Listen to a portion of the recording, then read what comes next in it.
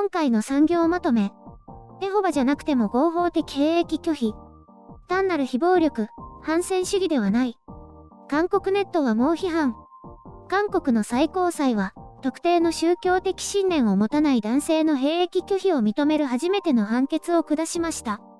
最近ではエホバの証人の信徒であるという理由で兵役を拒否し、認められた判決がいくつか下されていましたが、それ以外では初めてとなります。兵役法では正当な自由なしで入隊を拒否することができないとして義務化され、これが毎回争点となっています。今回の場合は被告人が愛と平和を強調するキリスト教信仰と、性的マイノリティを尊重するフェミニズムといった2つの柱があるとしています。この延長線上の非暴力主義と反戦主義がエホバの証人の良心的兵役拒否の判例とも共通すると考慮されたということです。この判決を受けて、支援団体である戦争のない世界は記者会見を行い、この判決を評価しています。しかし、これまで2人が有罪判決を受けていることから、宗教的良心がなければ憲法で定められた良心の自由が十分に認められていないことを指摘しています。4月の兵務庁の統計によると、現在他にも92人が裁判で争っているとのことです。また、これまでに865人が無罪判決を受けたとしています。ちなみに兵役拒否者は大体含むと言って、兵役に代わる社会奉仕活動に参加することになるとのことです。韓国ネットではこうした判決に対する不満のコメントが多く見られ、個人の信念で義務に違反している。良心がない人だけが軍隊に行っているのか、などと批判しています。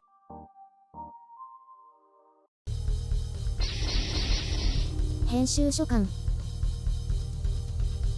今回の概要。エホバで兵役拒否。クイアフェミニズムって、非暴力信念の強化が必要。韓国では良心的兵役拒否なんて言葉が最近飛び交っていますが、もともと正当な理由があれば兵役に行かなくてもいいということです。主として身体的理由とされてきましたが、最近これに宗教的なものが加わり、さらにまた新たな要素が加わったというのが今回の判決。非暴力、反戦主義、平和主義という言葉がこれまで使われてきましたが、性的なものも加わってより複雑化しています。韓国では常々男性のみの兵役は男女不平等だという声が上がっていますが、今回はこれもちょっと関わってきます。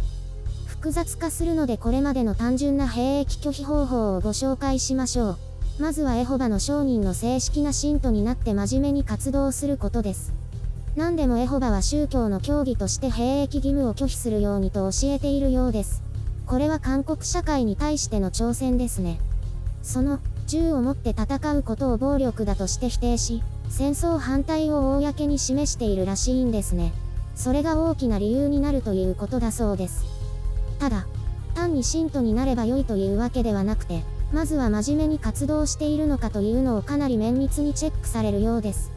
なので聖書の勉強とか、平和的な集会への積極的な参加など、そういった非暴力に関わる一定の活動履歴が必要ということです。普段から穏やかな生活を心がけ、人生がどっぷりエホバに使ってしまえば裁判では勝てそうだということのようですね。気になったのは、他の人たちが頑張っているからこういう人たちを許容する余裕があるみたいな一文。まあいいか。ちなみに兵役法違反となった場合は一律に懲役1年6ヶ月の実刑を受けることになっていて、今回の被告も第一審ではその判決を受けています。このエホバ判決の転機となったのが2018年11月に行われた最高裁の全員合議体での判決です。そこでは信念が深くしっかりとしていて、簡単に変わらないものであり、妥協的でも戦略的でもないことが認められれば OK ということでした。とりあえず真面目にエホバすることが近道ではありますが、非エホバの被告が勝つために新たなポイントとなったのが性的マイノリティ。これも単にゲイだとか性同一性障害というだけでは弱いようで、兵役を拒否する変わらぬ信念にまで達していないといけないということです。そこで昨年の第2審で繰り出されたのが、クイアフェミニズムという考え方。私も初めて聞く言葉なので調べてきました。クイアフェミニズム .com によると、家父長制への過激な反発ということですね。様々な差別、帝国主義、ジェノサイド、暴力などに反対していくというもので、この中でも、家父長制と暴力への反対が今回のポイントと思われます。これに基づいて、軍隊の差別的階級的システムと、被告を標準男性と位置づける国家権力を容認できないということだそうです。今回の被告はそれ以前にもキリスト教団体の祈祷会や弱者を支持する各種デモにも多く参加していたようです。要するに現在の社会システムや軍隊システムに自分は適合せず、自らの信念を殺してまで公には奉仕しないと主張しているということですね。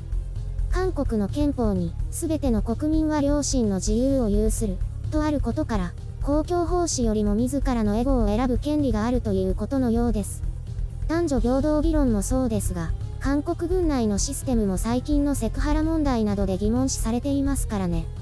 韓国がこれまで作り上げてきた旧来の各種システムがきしみ出しているわけですが、これを今の時代に合ったものに作り変えなければなりません。ただ、これまでの当たり前を変えるにはかなりの思い切りが必要で、たくさんの批判を浴びることにもなります。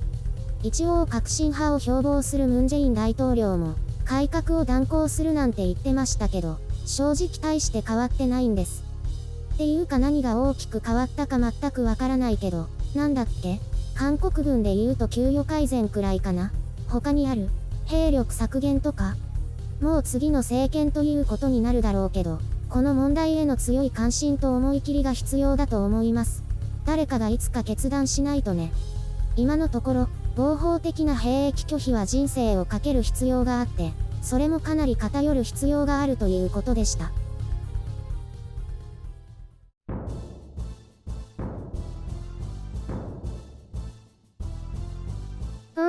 私は軍隊とか嫌だな。落ちこぼれそうだし。私も嫌だなと思うけど、それは生まれた時から徴兵制がないからそう思うんだよ。一部の国みたいに男女とも徴兵制度があると決まっていたら、そういう風には感じないと思うね。そういうものかな。そういうものだよ。当たり前のように学校に行くのを疑問に思わないのと同じように。だから制度を変えるのは本当に大変なんだよ。反発強いから。ああ、韓国の女性も軍隊に行こうっていう話？それもだよ。今はそうではないから変えるとなると反発が出る。何歳から？何歳以上は免除？そういう決まりを作ると不平等という声も出る。そうだよね。きっとゆるりんは行かなくてもいい方に入るよね。言われると思ったよ。どんな制度でもそうだけど、境界線を引く必要があって、その近辺で必ず不満が出るよね。保証金もらえるとかもそうだよね。メディアがその境にいる人を取材して煽るから余計にそうなるってのもあるんだけど。今回の人はややこしいけど行かなくてよかったんだね。韓国も人権と国防と民主主義とごっちゃになっていて、何がどうあるべきか、ビジョンが見えてないんだろうね。北朝鮮もいるしね。そう。まだ停戦状態であって、そういう意味では普通の国ではないんだよ。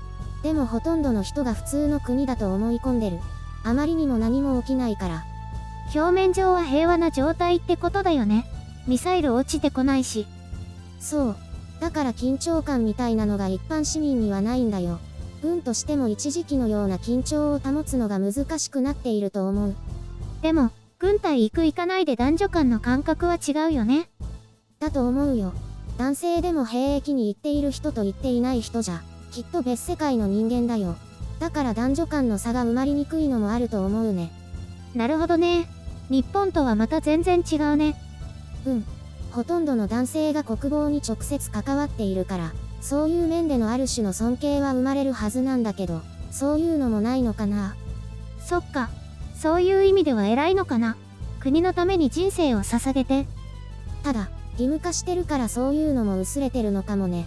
私たちが学校教育のありがたさや民主的な選挙の価値にピンとこないように。当たり前だからってこと？当たり前の価値を実感するのって難しいんだよ。なぜなら当たり前だから。集まれ、白雪姫のてんこ盛り。コロナでドラマ制作もいろいろ大変だね。大変だけどできるようになったし、頑張ってやってるよね。映画も。この前始まった新しいドラマは、2024年って冒頭にわざわざテロップを出していたよ。そうじゃないと、いろいろ設定おかしくなるからかな。2024年に見たら、どうせあれってなるんじゃないの？まあいいか。私が今住んでいるところの近くにね、大きな会社があってその1階は、カフェとか入っていて誰でも出入りできる屋内の公共広場みたいになっているんだ。時々そこでドラマか映画かわからないけど撮影やってるよ。へえ、私もたまに目にすることがあるよ。テレビドラマ見てるとね、ああ、あれうちの近くのあそこじゃん。っていうのがよくある。年に1、2回はうちの近くで撮影したドラマ見るよ。実際に撮影しているところも見たことあるよ。都会の人は見てみないふりというか、気にせず通り過ぎていくよね。みんな忙しいからだよきっと。私も、あら、ドラマの撮影ね。気にしないわって感じで、チラチラ見ながら通り過ぎるんだけど、本当はかじりついて見ていたいんだよね。すっごく迷惑がられるタイプね。だってテレビに出てくる俳優さんとかがいるんだよ。近くで見てたいよね。それはわからなくもないかな。子供の頃は、田舎に住んでいたから、都会的なドラマはよその世界の話って感じで見てたよ。それが今じゃ目の前でやってるんだもん。興奮するよ。だよね。地方だとどうでもいいローカルの情報番組の撮影くらいしかないしね。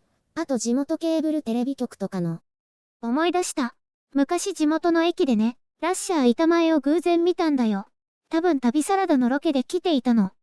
うわ、芸能人だってすごく興奮してしばらく後をつけたよ。ラッシャーさんが王子様のようにかっこよく見えた。相変わらず行動がやばいって。そういえば最近ネットフリックスで面白いドラマ見つけたんだ。タイムマシンを使って過去や未来を行ったり来たりするんだ。そのドラマは1年ほど前にも見たんだけど、その時はいまいちだと思ってた。時間軸いじるとごっちゃになるからでしょ？そうそう。だから今回はね、ネットに出ている相関図を見て、いちいち確認しながら見ているんだ。